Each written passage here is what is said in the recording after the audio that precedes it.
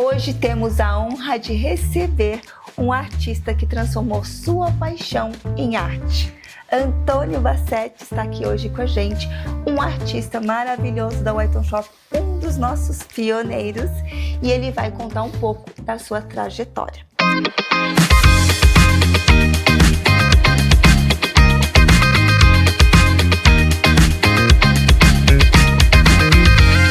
Então não esqueçam de dar o seu like, de compartilhar e de fazer suas perguntas depois para o Antônio. Antônio, seja bem-vindo ao White Shop mais uma vez, um dos nossos pioneiros. Muito obrigado pelo convite, me sinto honrado de estar aqui, né? Nós queremos saber muito da história do Antônio. E eu lembro que quando a gente começou, Antônio, você contou pra gente que você trabalhava na área financeira. Então eu quero que você conte pra gente o que levou um homem dos números, do mundo corporativo, à marcenaria, a todo esse trabalho manual maravilhoso que você faz. Bom, vou até falar um pouco diferente do que eu sempre comento sobre isso, né? Eu sou do interior do estado, então eu fui criado na rua, brincando e mexendo com tudo que eu pudesse estar fazendo, né? Meu pai sempre me dizia que eu desmontava todos os carrinhos que eu ganhava.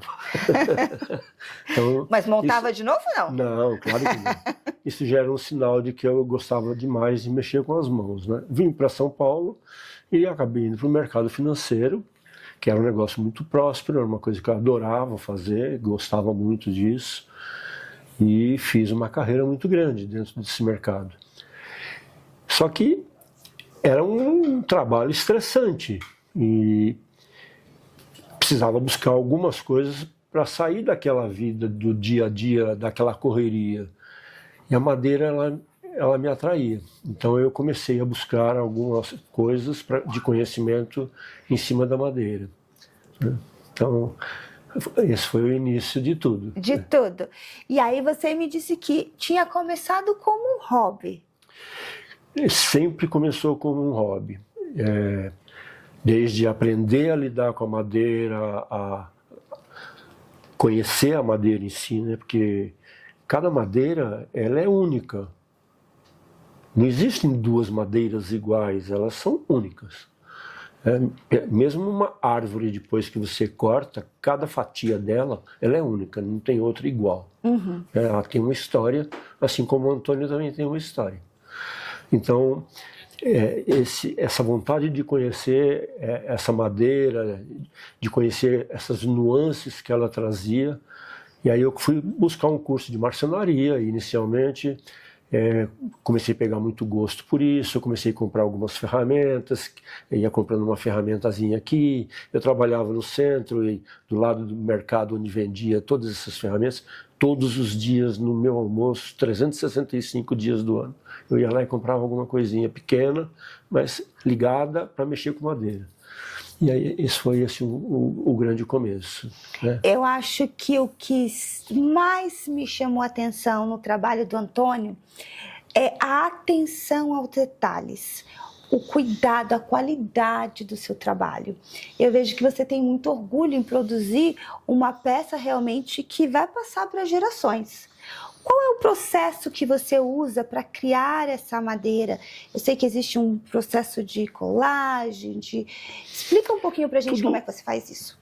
Tudo começa com uma ideia. Então, essa ideia tem várias formas que eu uso para fazer isso. Ou eu ponho ela no papel, eu não sou bom de desenho, então eu faço um rabisco, dizendo, eu rabisco aqui como é que eu quero que essa peça seja. E pego esse rabisco e começo a transformar ele numa ideia efetiva mesmo, né? Era só um rabisco por enquanto. Sonhei com aquilo, pensei naquilo, fiz o rabisco. Ou então eu posso ter uma ideia de andei por um caminho qualquer e vejo algo de diferente. Falo, nossa, eu podia fazer uma peça com aquele estilo de trabalho, né? Então eu pego isso e vou desenvolver.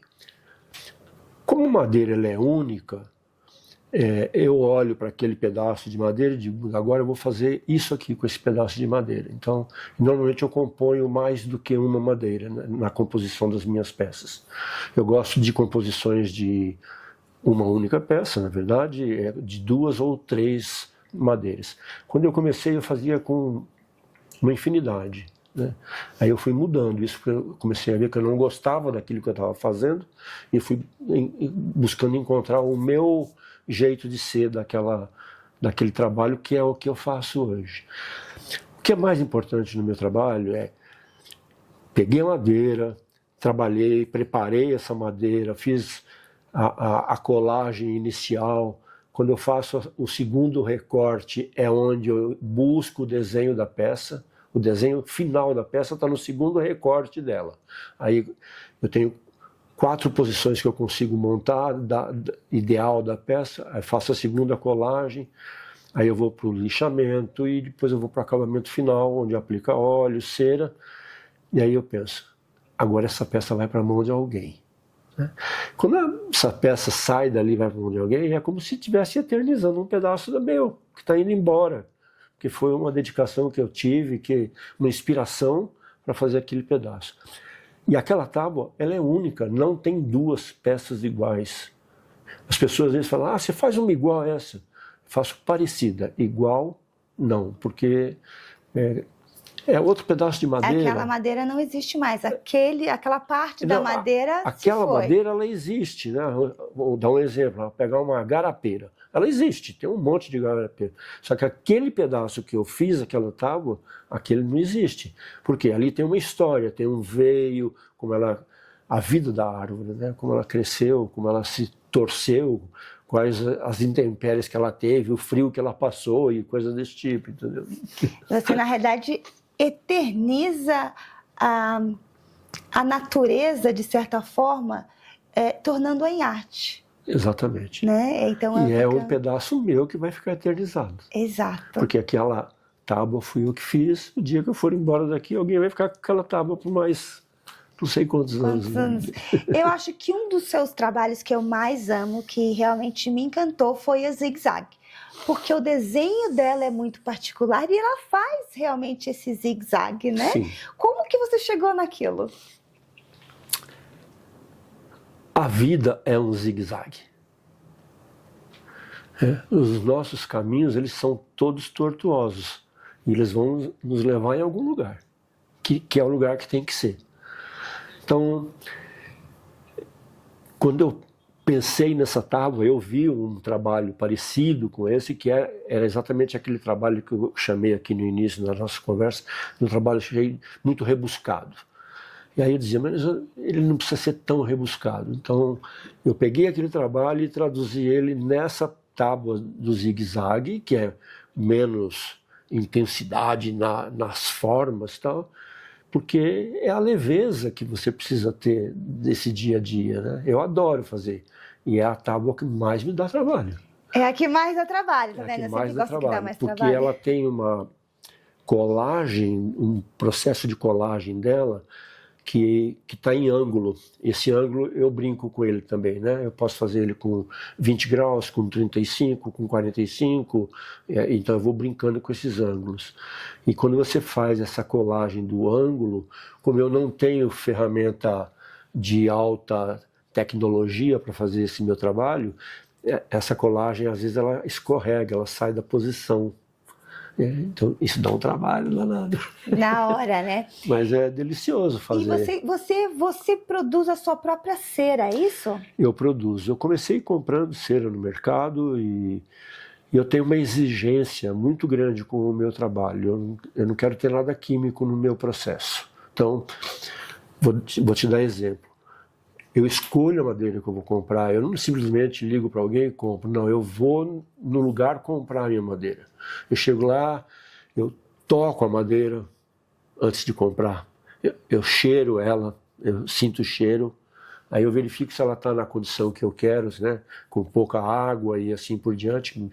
Que é muito importante isso. A madeira tem que estar com uma quantidade de percentual de água baixa, porque senão o meu trabalho acaba sendo afetado depois. Então eu sinto essa madeira, então eu já começo a namorar ela ali. eu me identifico, compro a madeira e aí levo. E aí? E aí só começa, é o começo de tudo. É todo esse começo. E aí, eu comprava essa cera e um desses produtores produz ela muito bem feita, mas o custo começou a ficar fora daquilo que eu podia pôr no meu processo. Aí eu fiz uma segunda escolha de cera e tal. Aí eu comecei a perceber, caramba, essa cera não tem a mesma tonalidade da outra, o que está acontecendo? Aí eu comecei a pesquisar e eu percebi que misturavam parafina na cera para dar a textura que tinha. Eu falei, não, esse não é o processo que eu quero. Porque daqui a pouco a gente até fala sobre isso, mas quando eu comecei esse processo, eu fiquei muito exigente com algumas coisas que eu queria fazer. Então, a cera, aí eu comecei a pesquisar qual era a melhor cera, qual era o melhor óleo, descobri uma fórmula na internet, aí eu falei, eu vou produzir. E aí você sabe o que está colocando nas suas peças. Aí eu comecei a produzir. Então, hoje eu produzo. Eu compro cera altamente filtrada, ela é limpa, ela é a cera que usa dentro da colmeia. Não é a cera que foi extraída da colmeia, mas é a que vai ser utilizada para a abelha produzir o mel. É a mesma cera. Então, para nossa saúde não existe perigo algum. Compro óleo mineral, que é no mercado farmacêutico é conhecido como vaselina. Então eu compro isso da indústria farmacêutica, faço essa mistura e aí vendo. Que ótimo. Aplico no meu produto e também vendo isso. Eu acho que, vou fazer uma pergunta agora que eu acho que todo mundo se questiona muito hoje em dia, sustentabilidade. Eu sei que as suas madeiras são todas certificadas. Como é que você realmente você tem esse cuidado de verificar a origem e ter certeza de que é uma madeira que pode ser utilizada, que a gente não, vamos dizer assim, estamos destruindo ou usando árvores que não poderiam ter sido cortadas? Eu não consigo, Paula, controlar esse mercado, principalmente no Brasil, né? No Brasil, esse negócio é sério, né? A gente vê isso pela Amazônia, o que fazem com ela. Então, assim, o Antônio, quando decidiu fazer isso, disse, toda madeira que eu for produzir, eu vou comprar ela com nota. Por quê? Se eu estou comprando essa mercadoria com nota e alguém está me dando uma nota, ele tem que ter uma responsabilidade. Se ele pode emitir uma nota, é porque ele tem a origem daquela mercadoria. Então, esse é o meu conceito, que é o que eu utilizo. É o ideal? Não é o ideal. O ideal é que eu tivesse uma madeira com selo de certificação mesmo, mas eu não consigo fazer isso nesse país ainda. Então, o que eu faço? Eu compro mercadoria com nota. Eu escolhi 3 madeireiras. Aqui em São Paulo você tem uma infinidade muito grande, mas eu tenho 3, que são as escolhas que eu fiz. Por quê? Porque eu recebo nota dessa mercadoria, eu tenho uma super atenção quando eu vou lá, a paciência de eu ficar lá escolhendo o que eu quero da mercadoria, e posso reclamar quando a mercadoria apresenta algum problema. Já aconteceu, inclusive, mesmo eu tendo feito todas as escolhas. O meu primeiro grande trabalho, eu fiz ele 3 vezes, para você ter uma ideia. Pouca gente sabe dessa história, mas eu fiz um trabalho muito grande, eu tive que fazer ele 3 vezes. A última vez eu rodei uma noite para poder terminar, porque tinha estourado o prazo de entrega. Porque a madeira veio inadequada e eu não me dei conta no momento que eu estava fazendo, entendeu? Então, assim, eu tenho responsabilidade de comprar tudo com nota. Então, esse é o primeiro ponto.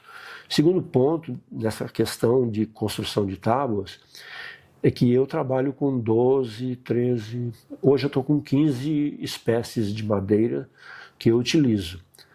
Por que isso? Essas madeiras, eu estudei todas elas, já testei todas elas. Você pode pôr o alimento em cima, não vai alterar o sabor do teu alimento.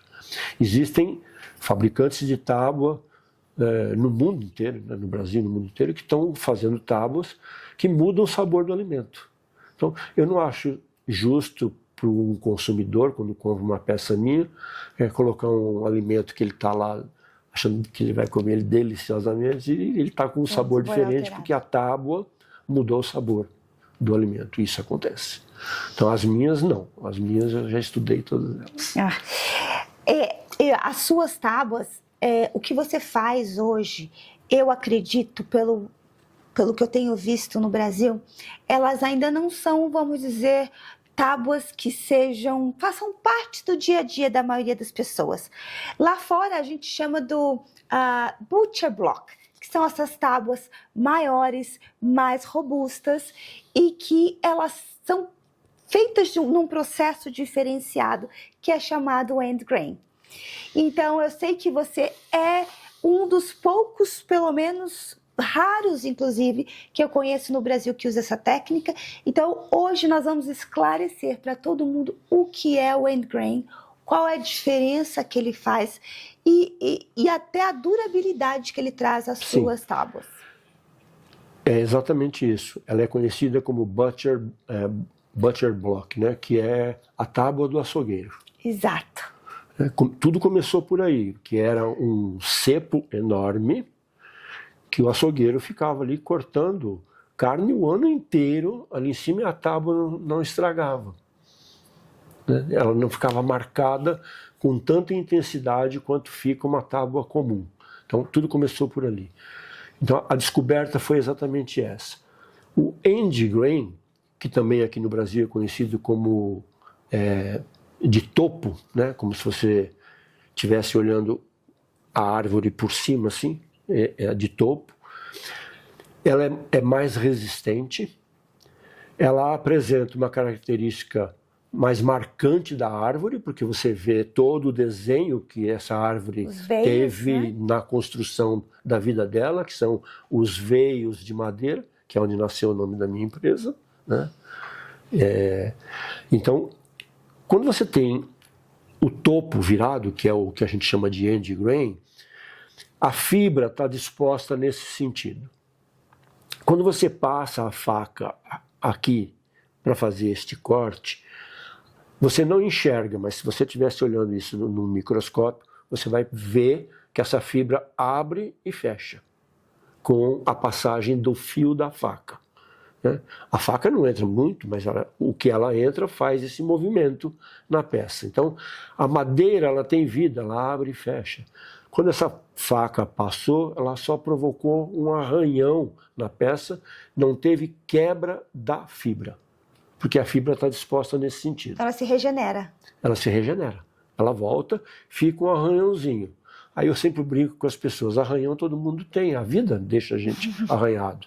Então, quando você usa essa peça por 2, 3, 4, 5 anos, ela só vai ter aqueles arranhões. É isso que vai ficando. Se você faz a manutenção que o Antônio ensina para você dentro da sua peça, que é uma coisa muito importante também, você vai ter essa peça com muito mais durabilidade. Essa peça, ela vai eternizar na sua vida, ela é sua, é da sua família, dos seus filhos, netos, bisnetos, ela vai ficar para sempre. Diferente de uma tábua comum, né, que a maior parte das pessoas fazem, que a fibra está disposta nesse sentido. Então, quando você passa a faca, você quebra a fibra da madeira. Por isso que faz aquele buraco das tábuas comuns. Então, a de topo tem essa vantagem, que não fica essa marca, e a outra vantagem também é que não estraga o fio da faca. Preserva muito mais o fio da faca. A gente não fica com aquela faca cega. E ainda que tem uma beleza natural da própria peça, né, que é um mosaico. Quando você termina uma peça dessa, que está de topo, ela é um mosaico. Eu acho que uma das coisas mais belas que eu vejo realmente é esse trabalho. Ela realmente traz toda aquela parte de veios da madeira, faz a peça muito mais bonita. E eu acho que é isso que as pessoas precisam entender muito quando a gente está falando de tábuas. Nem toda tábua é igual. Então, quando a gente está falando de uma tábua do Antônio, a gente está falando de uma qualidade excepcional. Não é a sua tábua comum que você compra ali na esquina. Com certeza.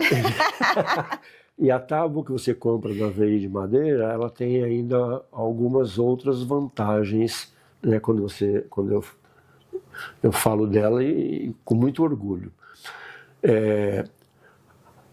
A madeira foi selecionada adequadamente para fazer essa tábua. A cola utilizada nela é a cola de primeiríssima linha. Ela é uma cola base água, né?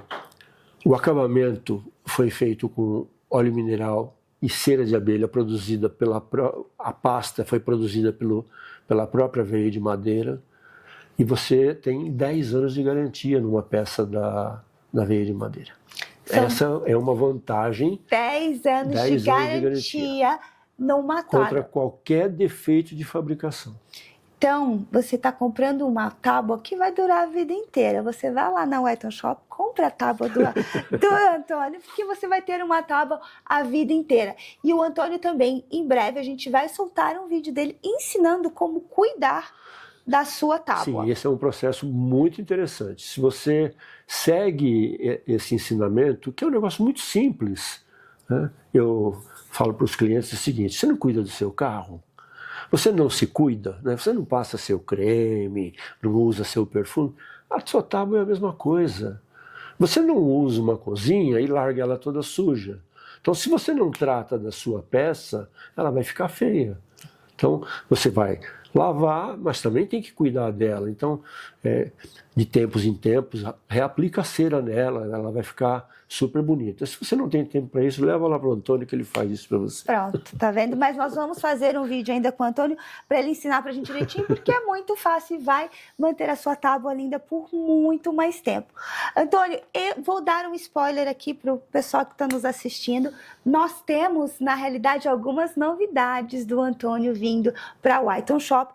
Nós temos várias tábuas maravilhosas, mas estamos trazendo novidades, inclusive uma peça linda que eu desenhei, que o Antônio está realizando para mim, porque eu não poderia confiar em mais ninguém do que, além de uma pessoa que tem essa qualidade, esse cuidado nos detalhes, né, Antônio?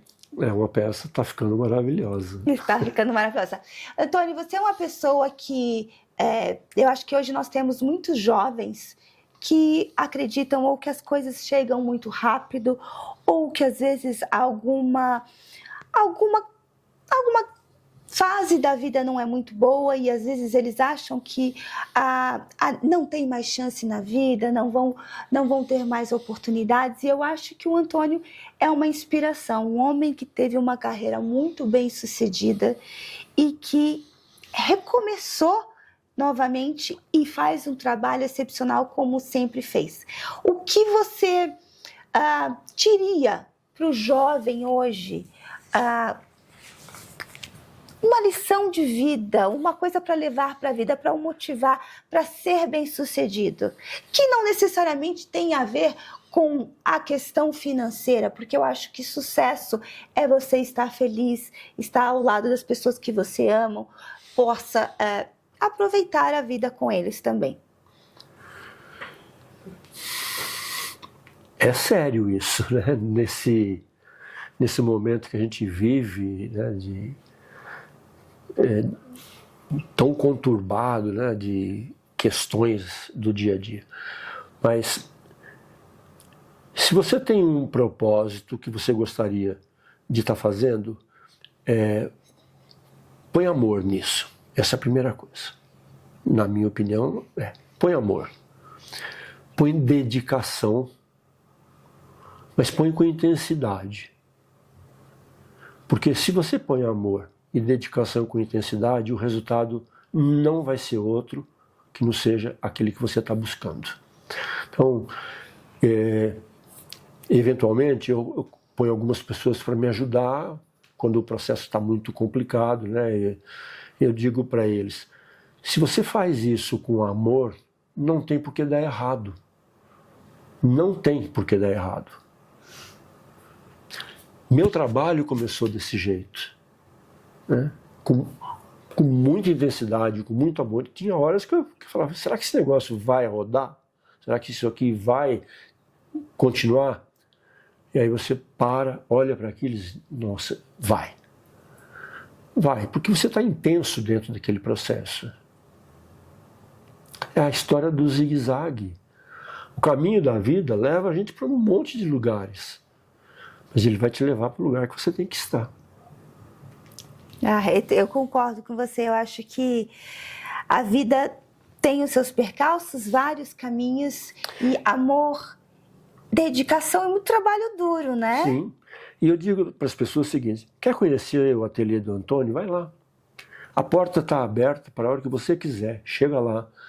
Antônio, quero aprender sobre esse trabalho. Você não precisa me contratar para aprender o trabalho. Se quiser ficar só observando, fica só observando.